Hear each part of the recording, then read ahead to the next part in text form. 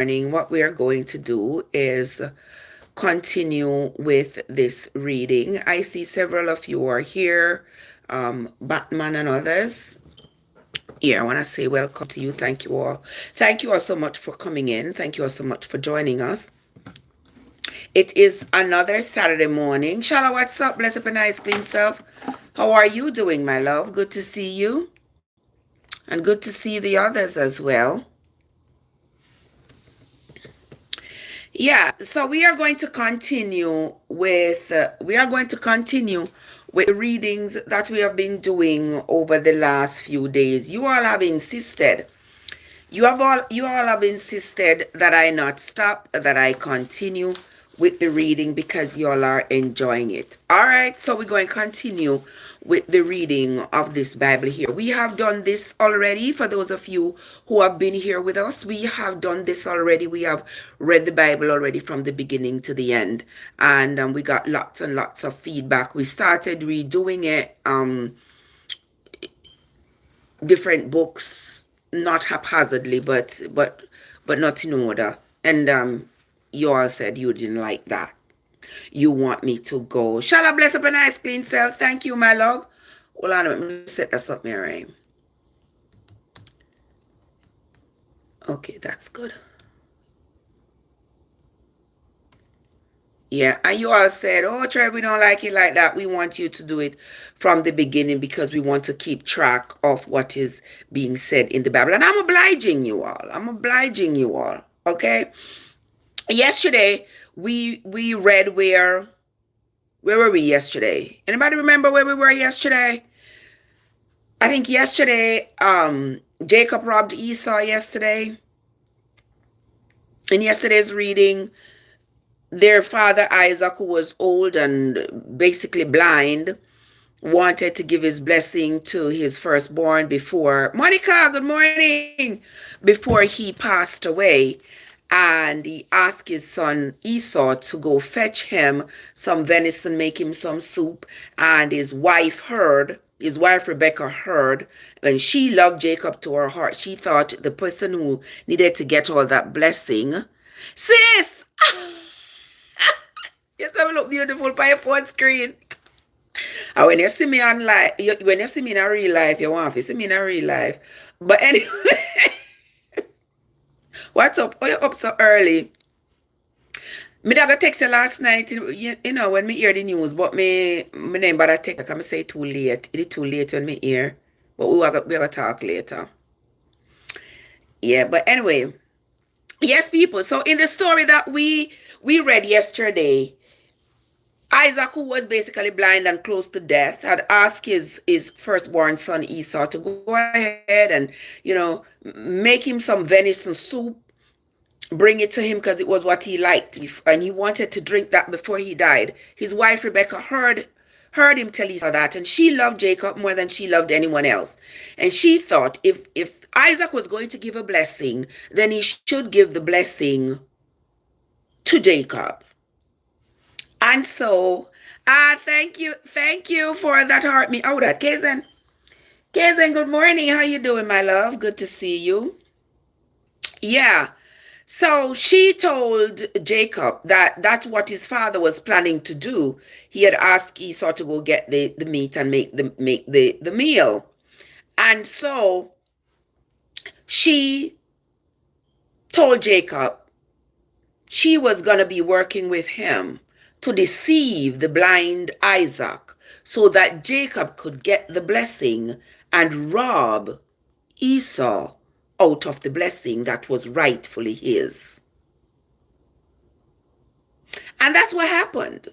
You know the rest of the story. She glued hair on his hand because Esau was hairy. So she wanted to make sure that the presentation seemed as real as it could be. And so that's what she did. And it worked. Oh, this, let me see how this is. Oh, this not, it's been, I think you're going to sleep. Nads, what's up? Good morning, love bug. I thought you went to sleep. No, I haven't gone to sleep yet. Girl, I was off tonight, so I had to spend the night with you. I'm telling you, man. What's up? Girl, All good? I think we're on the same page, you know. Yes, we are. We are on the same page, sis. We are on the same page, especially when it comes to the contents of this book here. We are Yes, on man. we are on the same page. I know a lot of people Religion thing is good. It is crippling our people. it has is. crippled our people. Religion has crippled our people. That's no joke. No joke at all. It's a sad thing though, because I tell people all the time that I'm not telling them who to worship and who to pray to, but the common sense is this: your mother's mother, your mother's mother's mother, your mother's mother's mother's mother's mother have been sitting and waiting until what they say gonna come the rapture.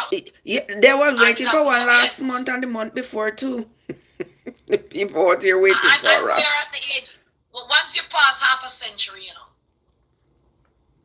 you're wondering to yourself, then what is this rapture? It just prevents you from living your life that you want to live, and it tells you not to question anything. Even though you know some of it is wrong. You don't make no sense. It teaches you not to question anything, and thus it leaves you in fear. Yes. And the messed up part of it, what they do is money is evil, like the love of money is the root of all evil. Come on, man.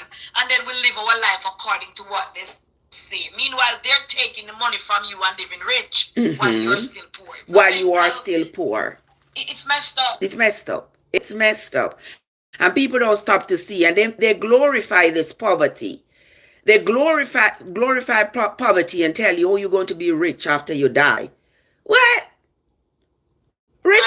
Aside from the glorification, they manipulate other people and brainwash them into joining this band of poverty. Yes. Yes. And don't worry about nobody else. You don't need anything. When Jesus is going to prepare a place for you with gold and streets lined with gold and all of this. And mansion in the sky. While Pastor living in his mansion down here. Pastor is driving the biggest car. They say money is the root of all evil, or the love of money, and then they push the offering plate to put your money in there to give to them, and people don't see anything wrong with that. Even though it is evil, they take it to the bank and bank it, or invest it and get more money. Get more money. While they leave you being stupid. Exactly. And when Pastor tells people that, people need to say, Pastor, let me see in your bank account. All right. And see if he shows his bank account. When I say that, the people them say me evil, brother. The people them say me a guy hell. The people them say me a blaspheme, all these things. I tell them I'd rather blaspheme 1,000,000 times than join with y'all on your psychotic foolishness. Because it's I'm devil and my kids are the devil. I'm going to hell and all of this. While you get up every week, this morning here, so a whole lot of them going to church. Sis, me not show no word. I just say, no, go to church, this man go show all on no little pennies. I'm not showing no word on no, I know you. I know why you're so over there. They want to break generational curses. Exactly. You can't break generational curses when you're giving all your money to church and not leaving none for your kids and grandkids. Exactly. How can you break generational curses? The people that you're worshiping are the ones who are telling you a bunch of nonsense. They have their wealth and money and Pastor have plans for his kids' future. They're giving it to their children. Exactly. Exactly. And they're even passing down this preaching thing. Don't you see they keep passing it down to their children, because that's where the grift is. And they don't want their children to be without. They want their children to continue to have all this money flowing in. While all these people are sitting there believing that it will be okay to be rich when they die, because somehow they're going to come back, something going to happen. And they're going to come back in the flesh. They're going to somebody, as my mom always tell me, when some trumpet sound, you're going to come back and flesh will go back by your body. You know many millions, billions of people have died already over the years. Where them are going to come back, go? Where all of these dead people, these dry rotten bones going to come back to? Come back to where? Come back. Or they're going to come back, they're going to get judged, and those who are righteous going to be taken up. Oh, don't listen to that cockadoodle story and believe it. And an archangel is going to blow a trumpet. And coming out of the clouds, a whole bunch of stuff. Meanwhile, they don't take the time to learn about science, and science tell you that it fall rain when Atir rises, Collier falls, and when Collier they don't falls, want to hear Atir, that. they don't tell us about condensation. They don't teach us nothing. Because our parents, some of them didn't know shit. They know nothing. That is the truth. And our parents wanted something to hold on to. And all of that nonsense. Bunch of nonsense. And we believe it. You believe it because you think whatever the elders tell you, it's gotta be true. Black people, you know, and I'm not here to speak against anyone. I'm just saying, especially black people. A lot of us living in poverty, you know. That's true. That's true. That's the truth. It was by design, and a lot of these ignorant people know it, and some of them, even though they know it, they don't care. It was by design because they don't want everybody to be on the same level. They don't want them to be rich and you to be rich too. They don't want that balance. They want to be the ones with everything and you have nothing, but they want you also to be comfortable with having nothing. And they have gotten us by the neck because especially our culture, we are taken. We glorify poverty. We see it as a badge of honor. But me not have nothing in this life. Me have Jesus. What more do I need? And then when you're sick to go to hospital, we have to pick up collection for you. But you don't need nothing in this life. You just need Jesus. Like, seriously? Look at it and ask yourself if that sounds sensible. You know, I don't have anything against people and their religion, you know. I mean, I have a problem with them. Serve who you want to serve, but be sensible about it. Stop being led. Stop, you know, just take that wool from off your eyes.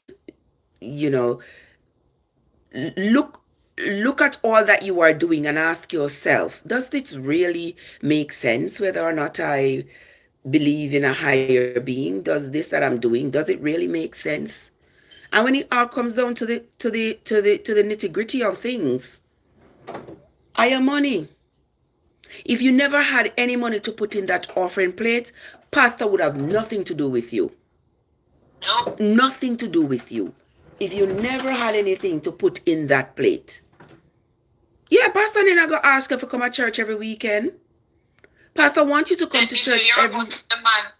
Did you hear about Pastor Winans who told the woman, the congregation, they need to sow a seed, and this one lady came up with $1,200 and he wanted $2,000. Tell her I said no enough. And the lady she never said, followed the I'm sowing a seed instruction. with you, and I'm giving you $1,200 and the balance will come there. He said, you don't understand. Yes. I didn't say $1,200, I want $2,000. Yeah, she don't understand. Like, she didn't follow the instruction. I said, look at him. Look at him. He should be giving that woman money. Sell herself or something because this old lady, you're telling her she needs to come up with $2,000. The woman not even working. Where's supposed to get it? Okay, and she gonna promise him that she gonna round up the other $800 some way somehow. Vicar come give to him for fat up his pocket. She a plant seed. She a plant seed. And then one say lock the church door. Yes, you remember that one? They must lock the church door until you get $40,000. Oh, Andrew, yeah, they must lock the church door until you get $40,000. And people into the finance video. You saw how many people were lined up. People were lining up to give him $2,000. But did you find out what they were sowing the seed for? Must be for enough for a Lamborghini. Me don't know. I was the one Lamborghini, I believe. You probably wanted money for his investments. Yeah, I think it was for some car of some sort. He intended to buy. I think he bought it too. Him can come up on pulpit and tell people to give him money. And when him step down off that pulpit, he can buy a car, a $400,000 car, just like that. Are you serious about the car? Did he really want a car? I think it was a car he wanted. The people in the chat might know better than me, but I think. And then telling you to sow a seed? Sow a seed so he can get the money for buy the car. While a lot of those people who were sowing that seed were walking, now have no car themselves. But they were willing. They were willing to give him their money. And I always ask, what motivates you to give a pastor all your money. I see people take out their savings, their little retirement and stuff to give the pastor.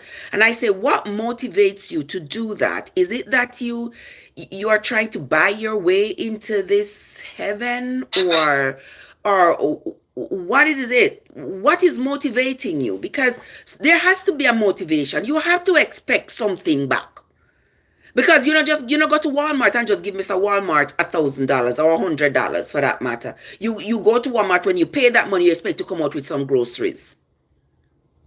So when you go to the church and you hand over $2,000 to the pastor, you must be expecting something back. I mean, I know the only rationale I can come up with is that they're expecting to be paying their way to this heaven. And them not understand, them are giving them money because one thing is for certain, two things is for sure. We are all going to die. And these old bones ain't coming back. Me not care want to say how much miracle God can do. Or no, not coming back. Don't tell me about God did bring back Jesus and Lazarus and or no, not coming back. But the sad part about all of this with my black people is that when you look in African countries and other countries as it pertains to religion, I see these pastor men putting their hands in people's private parts, saying they're blessing them, and they're measuring the length of this and saying blessing it so it can grow and say, literal stuff, you know. Because people are videoing these things when it's happening, and the woman in the woman bosom, they push their hand and blessing the bosom, and I mean, come on, if it does some sort of whatever.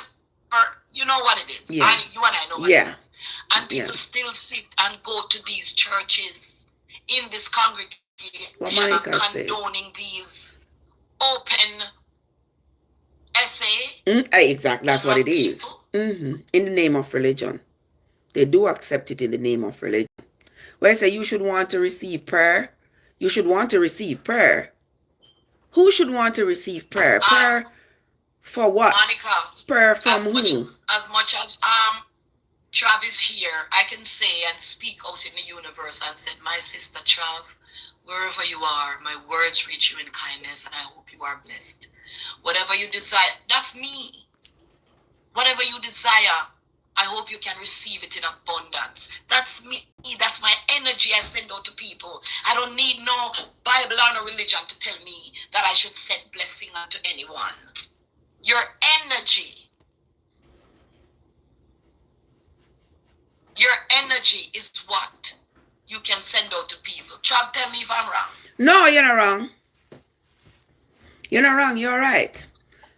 You are right. When people say you need to receive prayer, I have so many questions. Because do you think that mother who is holding on to her 5-year-old right now, or me misunderstanding? All right, say it again, Monica, before me open my big mouth and say something. Say it again, Monica, so that we can understand each other. I don't want the misunderstanding. Yeah. You saying it again? Because I think with this prayer thing, I will say it a million times, this prayer thing don't work. People tell me, oh, Trev, you're crazy. Of course, prayer work. If prayer work, it should work all the time. Oh, they say, oh, well, you don't pray hard enough. You don't pray. Who is going to measure how enough prayer is? Who gonna measure that to say who has prayed enough? I think prayer work for some people. You think if prayer work for some people, then it should work for everybody. Me too. I think so too. Yes. So why does it work for some people? Do they have a particular formula? What formula is it they have that cause their prayer to work and the prayer don't work for others? I mean, no one gonna tell me, say, oh, Trevor, because you don't believe, or because this and because nothing. If I want to get a job, prayer work for some people because it's the con man mentality. Just like the pastor would be on the rostrum or the pulpit and prayer, and when he blesses you, before that he tells you that money is the root of all evil, or the love of money. So the mental manipulation is that him telling you that money is evil. You believe it, so you don't want it. Now that him give you the prayer, he's blessing you to go and get your money elsewhere. But while he blesses you with the prayer, the offering plate come around after the prayer and take your evil from you, and he takes the evil to put in his bank account while he manipulates and brainwash you into thinking that the money was evil. So even though you use the evil money to sow a seed, he's planting his seed where it's supposed to be planted. Now you need to go and beg other people money or work your ass off to get more money to come back to church the following week. Now, if I don't want to be like that, pastor, I'd be lying. You can't build one church in a night. True. Listen, the church is the most profitable business right now. Yeah. Yeah, because there are still so many people. Me not see your comment, Monica. I only saw the comment where you say no, you misunderstand me. The one prior to that I saw, it said you should want to receive prayer, but me not see nothing else, babe. Did you say something else? I don't know, because I don't see it. I didn't see it. You said something about someone paying $2,000 for the pastor. Yeah, we were talking about that where Winans was telling the people to sow seed for $2,000. What were you saying about that? Because I say that was a grift. That was a scam. What they paying him $2,000 for? You talking about they sowing a seed. Sowing what kind of seed? It was a good seed. Yeah, he was saying the people them need to come sow a seed. I don't know what were they expecting to get from sowing that seed, and how he berated and belittled that woman who had only $1,200. That's the one we were talking about. Man, listen.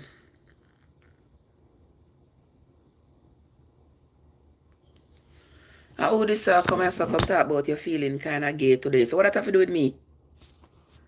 Huh? No, sir. Over here up on YouTube. Because me double stream, you know.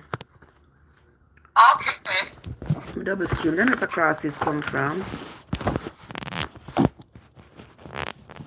Alright. Let me share something with your audience. Boss lady, what? Pastors in America who are filthy rich.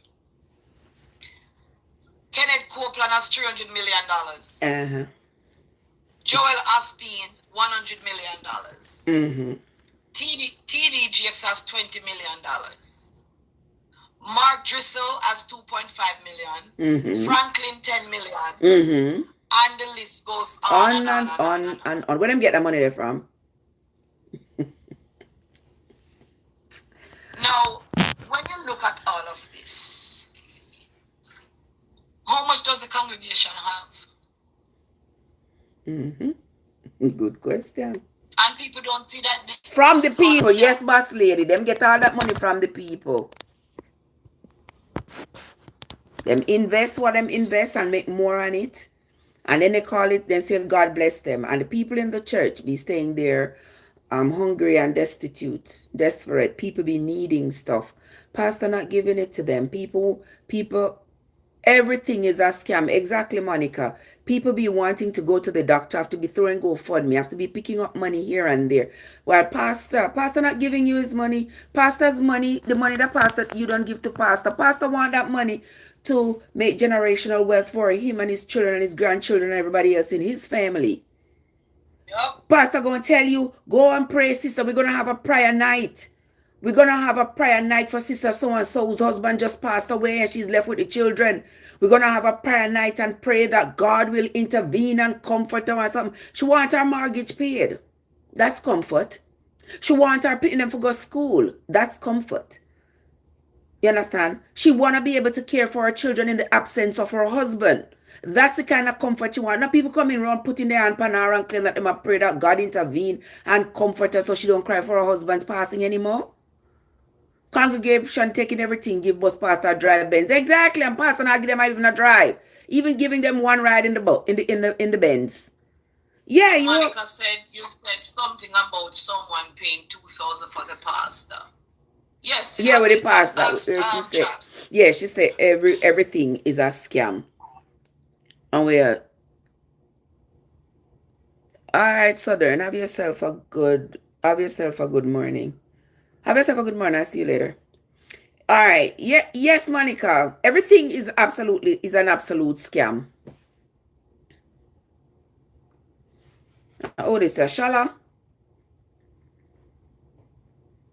Shala, what's up? Oh, shucks. I didn't realize I mean No, you're not in my thing. Shala, can't see you, man. No, Shala, you're not in my Shala, your thing. voice sound like you can't put me to sleep right now. Go ahead.